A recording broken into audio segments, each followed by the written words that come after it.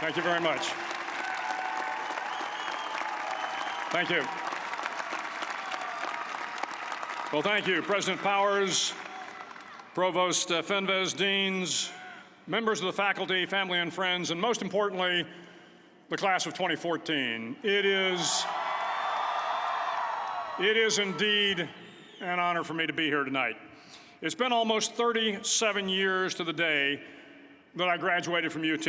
I remember a lot of things about that day. I remember I had a throbbing headache from a party the night before.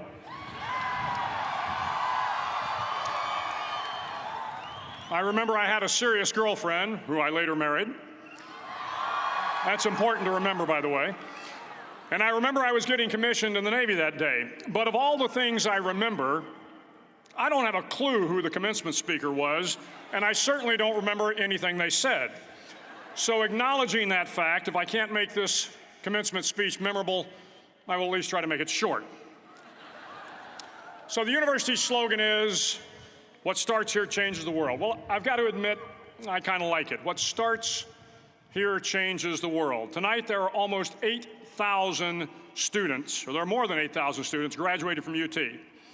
So that great paragon of analytical rigor, Ask.com, says that the average American will meet 10,000 people in their lifetime.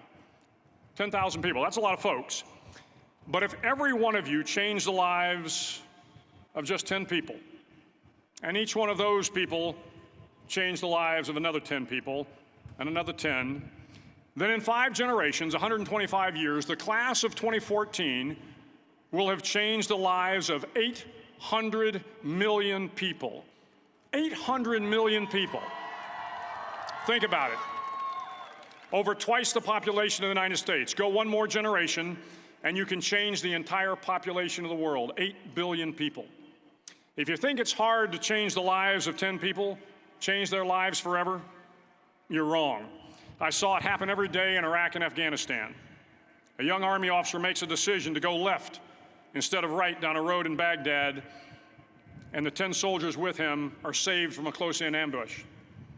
In Kandahar province, Afghanistan, a non-commissioned officer from the female engagement team senses that something isn't right and directs the infantry platoon away from a 500-pound IED, saving the lives of a dozen soldiers. But if you think about it, not only were those soldiers saved by the decisions of one person, but their children were saved, and their children's children. Generations were saved by one decision, one person. But changing the world can happen anywhere, and anyone can do it. So what starts here can indeed change the world. But the question is, what will the world look like after you change it? Well, I'm confident that it will look much, much better. But if you'll humor this old sailor for just a moment, I have a few suggestions that may help you on your way to a better world. And while these lessons were learned during my time in the military, I can assure you that it matters not whether you ever served a day in uniform. It matters not your gender, your ethnic or religious background, your orientation, or your social status. Our struggles in this world are similar, and the lessons to overcome those struggles and to move forward, changing ourselves and changing the world around us, will apply equally to all. I've been a Navy SEAL for 36 years, but it all began when I left UT for basic SEAL training in Coronado, California. Basic SEAL training is 6 months of long, torturous runs in the soft sand, midnight swims in the cold water off San Diego, obstacle courses, unending calisthenics, days without sleep, and always being cold, wet, and miserable.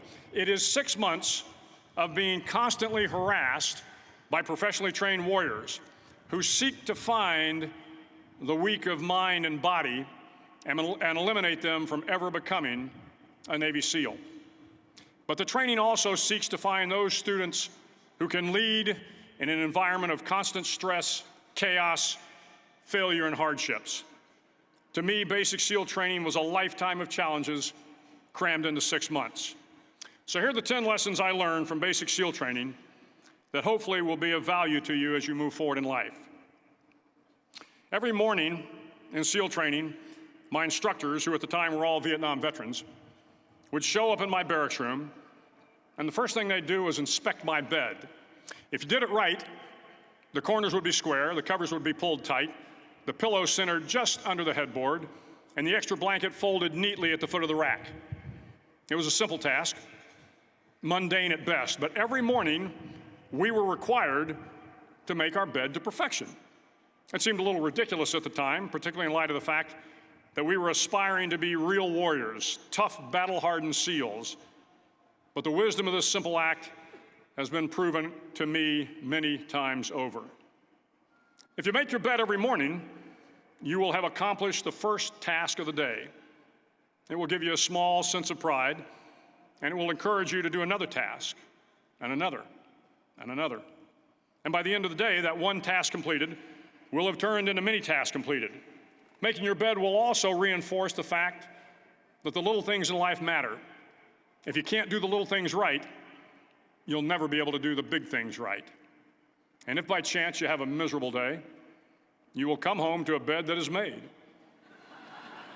that you made. And a made bed gives you encouragement that tomorrow will be better. So if you want to change the world, start off by making your bed. During SEAL training, the students are all broken down into boat crews. Each crew is 7 students, 3 on each side of a small rubber boat, and 1 coxswain to help guide the dinghy. Every day, your boat crew forms up on the beach and is instructed to get through the surf zone and paddle several miles down the coast.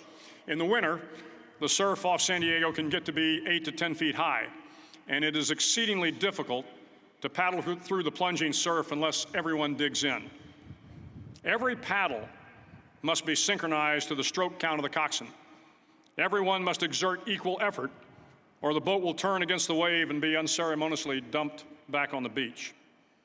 For the boat to make it to its destination, everyone must paddle. You can't change the world alone. You will need some help. And to truly get from your starting point to your destination takes friends, colleagues, the goodwill of strangers, and a strong coxswain to guide you. If you want to change the world, find someone to help you paddle. Over a few weeks of difficult training, my SEAL class, which started with 150 men, was down to just 42. There were now 6 boat crews of 7 men each. I was in the boat with the tall guys, but the best boat crew we had was made up of the little guys, the Munchkin crew, we called them. No one was over 5'5". The Munchkin boat crew had 1 American Indian, 1 African American, 1 Polish American, 1 Greek American, 1 Italian American, and 2 tough kids from the Midwest. They out-paddled, outran, and outswam all the other boat crews. The big men in the other boat crews would always make good-natured fun of the tiny little flippers the Munchkins put on their tiny little feet prior to every swim. But somehow these little guys from every corner of the nation and the world always had the last laugh, swimming faster than everyone and reaching the shore long before the rest of us. SEAL training was a great equalizer. Nothing mattered but your will to succeed, not your color, not your ethnic background, not your education, not your social status. If you want to change the world, measure a person by the size of their heart, not by the size of their flippers. Several times a week, the instructors would line up the class and do a uniform inspection. It was exceptionally thorough. Your hat had to be perfectly starched, your uniform immaculately pressed, your belt buckle shiny and void of any smudges. But it seemed that no matter how much effort you put into starching your hat or pressing your uniform or polishing your belt buckle, it just wasn't good enough. The instructors would find something wrong. For failing the uniform inspection, the student had to run, fully clothed, into the surf zone, then wet from head to toe, roll around on the beach until every part of your body was covered with sand. The effect was known as a sugar cookie. You stayed in the uniform the rest of the day, cold, wet, and sandy. There were many a student who just couldn't accept the fact that all their efforts were in vain, that no matter how hard they tried to get the uniform right, it went unappreciated. Those students didn't make it through training. Those students didn't understand the purpose of the drill. You were never going to succeed. You were never going to have a perfect uniform. The instructors weren't going to allow it. Sometimes, no matter how well you prepare or how well you perform, you still end up as a sugar cookie. It's just the way life is sometimes. If you want to change the world, get over being a sugar cookie and keep moving forward. Every day during training, you were challenged with multiple physical events: long runs, long swims, obstacle courses, hours of calisthenics, something designed to test your mettle. Every event had standards, times you had to meet. If you failed to meet those times, those standards, your name was posted on a list, and at the end of the day, those on the list were invited to a circus. A circus was 2 hours of additional calisthenics, designed to wear you down, to break your spirit, to force you to quit. No one wanted a circus. A circus meant that for that day, you didn't measure up. A circus meant more fatigue, and more fatigue meant that the following day would be more difficult, and more circuses were likely. But at some time during SEAL training, everyone made the circus list. But an interesting thing happened to those who were constantly on the list. Over time, those students who did 2 hours of extra calisthenics got stronger and stronger. The pain of the circuses built inner strength and physical resiliency. Life is filled with circuses. You will fail. You will likely fail often. It will be painful. It will be discouraging. At times, it will test you to your very core. But if you want to change the world, don't be afraid of the circuses. At least twice a week, the trainees were required to run the obstacle course. The obstacle course contained 25 obstacles, including a 10-foot wall, a 30-foot cargo net, a barbed wire crawl, to name a few. But the most challenging obstacle was the Slide for Life. It had a 3-level, 30-foot tower at one end and a 1-level tower at the other. In between was a 200-foot-long rope. You had to climb the 3-tiered tower, and once at the top, you grabbed the rope, swung underneath the rope, and pulled yourself hand over hand until you got to the other end. The record for the obstacle course had stood for years when my class began in 1977. The record seemed unbeatable until one day a student decided to go down the Slide for Life head first. Instead of swinging his body underneath the rope and inching his way down, he bravely mounted the top of the rope and thrust himself forward. It was a dangerous move, seemingly foolish and fraught with risk. Failure could mean injury and being dropped from the course. Without hesitation, the student slid down the rope perilously fast. Instead of several minutes, it only took him half that time. And by the end of the course, he had broken the record. If you want to change the world, sometimes you have to slide down the obstacles head first. During the land warfare phase of training, the students are flown out to San Clemente Island, which lies off the coast of San Diego. The waters off San Clemente are a breeding ground for the great white sharks. To pass SEAL training, there are a series of long swims that must be completed. One is the night swim. Before the swim, the instructors joyfully brief the students on all the species of sharks that inhabit the waters off San Clemente. They assure you, however, that no student has ever been eaten by a shark, at least not that they can remember. But you are also taught that if a shark begins to circle your position, stand your ground. Do not swim away. Do not act afraid. And if the shark, hungry for a midnight snack, darts towards you, then summons up all your strength and punch him in the snout, and he will turn and swim away. There are a lot of sharks in the world. If you hope to complete the swim, you will have to deal with them. So if you want to change the world, don't back down from the sharks. As Navy SEALs, one of our jobs is to conduct underwater attacks against enemy shipping. We practice this technique extensively during training.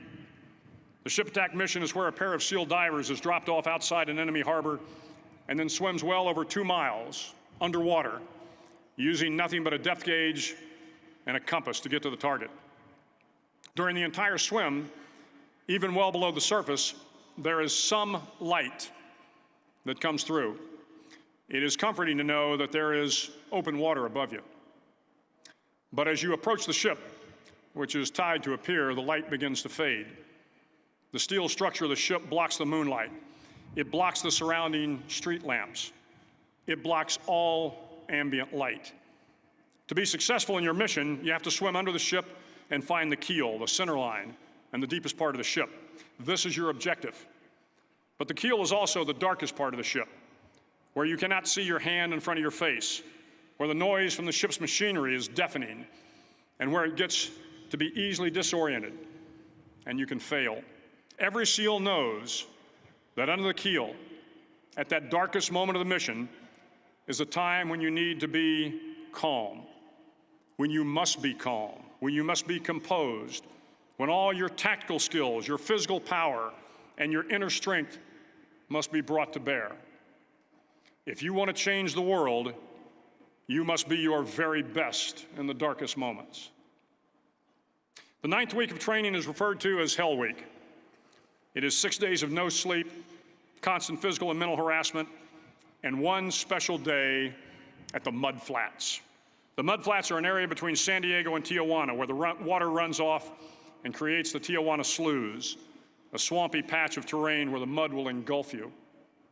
It is on Wednesday of Hell Week that you paddle down to the Mud Flats and spend the next 15 hours trying to survive this freezing cold, the howling wind, and the incessant pressure to quit from the instructors. As the sun began to set that Wednesday evening, my training class, having committed some egregious infraction of the rules, was ordered into the mud. The mud consumed each man till there was nothing visible but our heads. The instructors told us we could leave the mud if only 5 men would quit. Only 5 men, just 5 men, and we could get out of the oppressive cold. Looking around the mud flat, it was apparent that some students were about to give up. It was still over 8 hours till the sun came up. 8 more hours of bone-chilling cold. The chattering teeth and the shivering moans of the trainees were so loud, it was hard to hear anything. And then one voice began to echo through the night. One voice raised in song. The song was terribly out of tune, but sung with great enthusiasm. One voice became 2, and 2 became 3, and before long, everyone in the class was singing. The instructors threatened us with more time in the mud if we kept up the singing, but the singing persisted. And somehow the mud seemed a little warmer, and the wind a little tamer, and the dawn not so far away. If I have learned anything in my time traveling the world, it is the power of hope. The power of one person, a Washington, a Lincoln, King, Mandela, and even a young girl from Pakistan, Malala. One person can change the world by giving people hope. So if you want to change the world, start singing when you're up to your neck in mud. Finally, in SEAL training, there's a bell. A brass bell that hangs in the center of the compound for all the students to see. All you have to do to quit is ring the bell. Ring the bell, and you no longer have to wake up at 5 o'clock. Ring the bell, and you no longer have to be in the freezing cold swims. Ring the bell, and you no longer have to do the runs, the obstacle course, the PT, and you no longer have to endure the hardships of training. All you have to do is ring the bell to get out. If you want to change the world, don't ever, ever ring the bell. To the class of 2014, you are moments away from graduating, moments away from beginning your journey through life, moments away from starting to change the world for the better. It will not be easy, but you are the class of 2014, the class that can affect the lives of 800 million people in the next century. Start each day with a task completed. Find someone to help you through life. Respect everyone. Know that life is not fair and that you will fail often. But if you take some risks, step up when the times are the toughest, face down the bullies, lift up the downtrodden, and never, ever give up. If you do these things, the next generation and the generations that follow will live in a world far better than the one we have today. And what started here will indeed have changed the world for the better. Thank you very much. Hook 'em horns.